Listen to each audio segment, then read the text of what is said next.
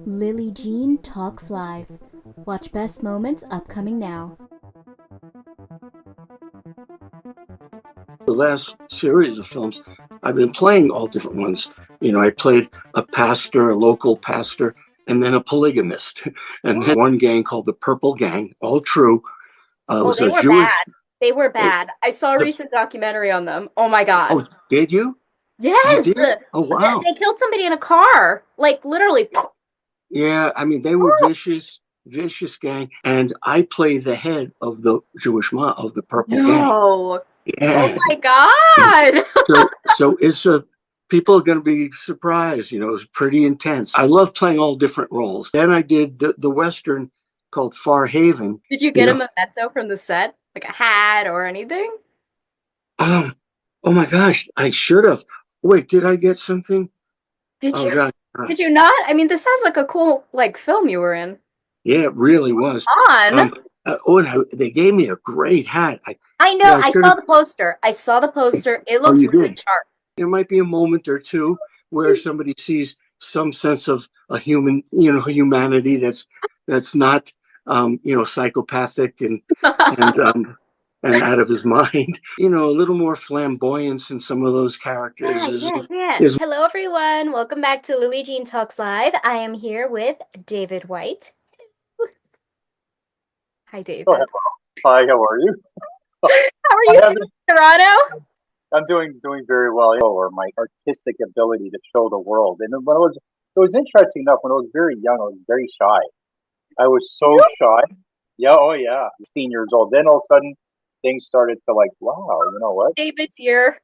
Yeah. Well, the interesting thing is, one of my current general contractors said to me, David, what makes a great designer is when you can get behind the tools. And I love measuring, I love math, I love problem solving as well too. Even since I was a kid, right?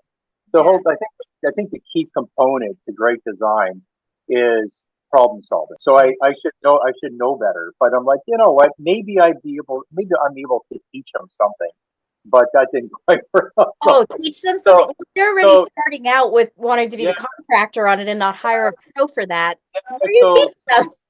She's like, I like copper, I like this and that. And she goes, what do you think? I said, you know what? I said, how much free range do I have in design? And my ideal client, by the way, is the ones that trust me and say, David, you know what? You're a creative artist and designer. Come up with a cool design. I'm like, that's what I do. I do custom design. I pitched this idea to the client, say, hey, how about we do a penny floor? Designed the layout. I measured up how many pennies I would figure out, which was 10,500 at the time. I had people to frontmen is there is an energy to this. When you watch it, when you watch even just the trailer, it's not like anything else I don't think that's out right now. Give me any kind of movies, TV, or music that has its own voice, that has something different to say, that has heart to it. So the main thing for me is, yes, it's comedy, tragedy plus time. And, I've experienced that, but it's all we need, that levity, that healing that comedy brings. Your comedy is so different. My comedy's like good. McKinnon, like that sort of different. Yours is like very sophisticated. But that's very hard to do too, because you have to, you just need spy glasses. That's it. It also helps when you're a Nepo baby. That helps a lot in many cases. Anyways, well, there's always door openers for a lot of people. Sure, yeah, absolutely. Yeah, my dad, Robert Redford, said once, no, I'm kidding. Are you trying to Nepo on Lillee Jean Talks Live? I would never. No, but back to your question. What am I working on now? Some sports themed stuff, football themed. And but right now I'm sort of positioning myself actually in the action drama. I have 3 action scripts I've been working with a writing consultant on. I think they're real, what type of action? Like 007, like Tom Cruise, like what type? Where are we going with that? How historical, very actiony, historical fiction fantasy. Oh, yeah, we've already got the largest 3D map of the known universe seriously? So far. Yes. Whoa. Why is it called dark energy instead of like light energy or like sparkle energy or like pink energy? Like why? It's a Is it it's like a dark matter energy? yeah, Like, is it like that's what it's a great question. And the short answer is dark just stands for unknown. It's okay. just or unseen in this case. So dark Very cool. matter because we don't see it, we haven't Right, found right, it. Dark energy just because we don't actually see what the source is of it. right, right. Mhm. Do you believe in like astrology? Or is it like fallacy? You hate it. Hate everybody who like thinks about like the zodiac and all that, or is it like, Well, I come at astrology with almost a historical sense because it's some of the great astronomers like Kepler actually made their living as astrologers for as court astrologers for people. So, I don't think there's I don't tend to think there's anything to astrology, but I find it fun and I think you'd win in any drum off. Oh, thanks. Well, I wish. It's if I'm doing stuff that's creative, I'm happy. If I'm not doing anything creative, I'm in a bad mood. So it was like it was happy, and he was apologizing. Oh, I'm so sorry that you came all the way to Canada and You're we're like, no, having you I in the love studio. I'm it. like, dude, I'm built for this shit. But I've got Eddie Van Halen playing guitar solos in my head 24 hours a day, and it won't That's your stop. yoga. That's your yoga, the drums. That's it. And And sparkles and everything. That's how you know it's me. Everything's pink, glowing, glittery, Mhm. literally. Yep. Okay, all you had to say was yep. Well, there was a delay for a second. Oh my God, it's delayed. I didn't know. It was a small one. It just kind of stopped and like you kind of skipped for a second. Glitter. Well, sure. It's like a $40+ million film that we're putting together right now. Oh, that's Working it. with the 40 million. So yeah, it's a big one. We're actually working with established producers on this project Cool. too, who've done big genre. For example, in a forest environment, it's got to take all the textures and the feel of the forest and have that combined with the creature design. Right, right. Yeah, you don't have a bright red like bug-looking creature popping up that you'd never find in a forest. So like you kind of want to have everything kind of like tying into what this creature looks like and make sure it fits in the environment that it's going to be. Then I'll go back and I'll think of these camera angles, camera shots, the visual aesthetic of how everything works, and then I'll incorporate that into what I'm drawing. So are you going to be putting on a kilt or something? I should hope so. It'd be lovely, wouldn't it? And I can talk like that all the time. Oh, yeah, I didn't know you could do impressions and voices. Kinda, yeah. As if I'm being a jerk when I was growing up. I never. Can you do voiceover? You? Charlie's in the same one, and His wife, right? He retains his Scottish accent. His wife's in them, but not that one. She's in one His of them wife's. too, because she did a really excellent narration. I think she's in the Stone and Fire one. That She must be the narrates one. that Yeah. one. Okay. I thought she was Yeah. really great in that. Brilliant, yeah. Yeah, yeah. And Charlie has his own booming Scottish accent in the Banks of the City Thames. Mhm. And I'm putting on this weird Cockney thing. You did I good. actually have to do I play the same person, but the Right. same person in the story has an alter ego.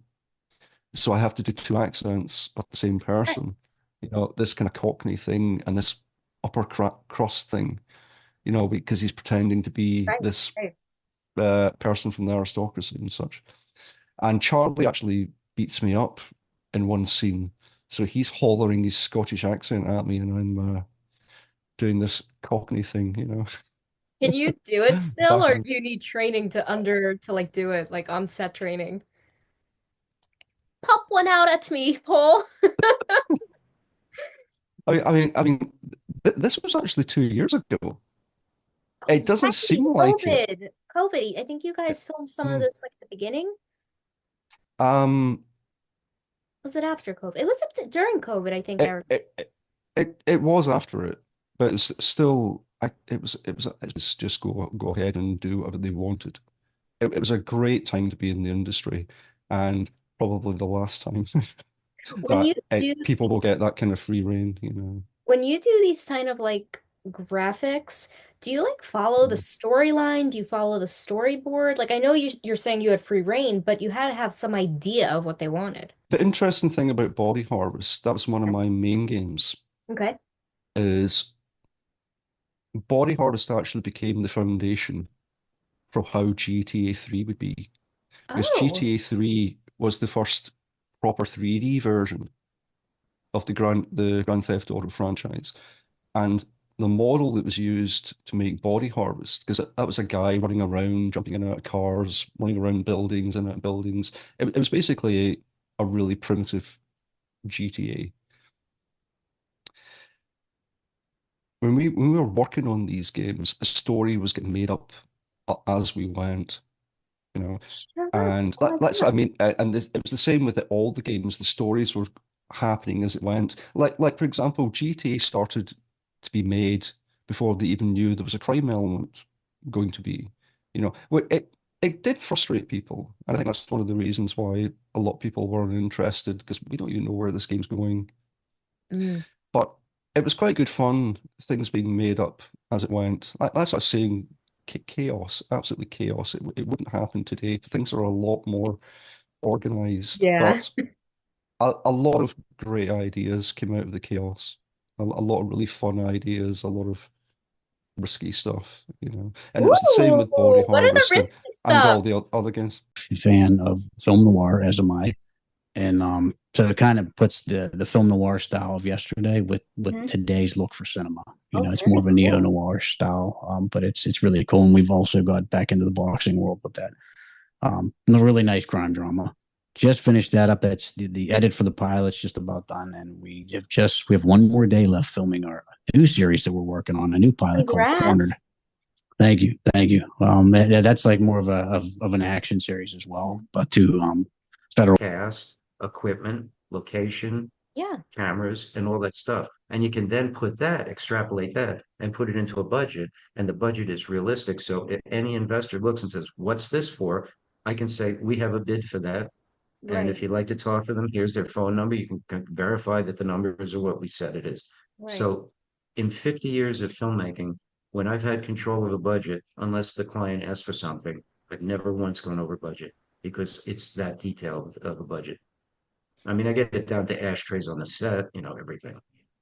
How does your brain work, John? I mean, you're like, Catch up on Lillee Jean Talks live episodes on lilleejean.com, Apple Podcasts, Spotify, and basically anywhere you listen, watch, or see podcasts, or in my case, a celebrity talk show.